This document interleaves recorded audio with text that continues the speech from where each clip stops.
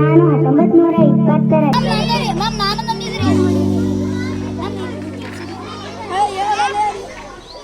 ಏನಪ್ಪ ಇದು ತಮ್ಮ? ಹೇಳಪ್ಪ ನಿಮ್ಮ ಸ್ಕೂಲೇ ಏನಪ್ಪ? ನಮ್ಮ ಸ್ಕೂಲ ಮಂತ ಮರನೇ ಬೇಸರ ಮಾಡ್ಕೊಬೇಡಲ್ಲಿ ಒಣಕ. ಓಕೆ. ರೂಪ್ ಬಹಳ ಚೆನ್ನಾಗೈತಿ. ಇವ್ನು ಯಾರು?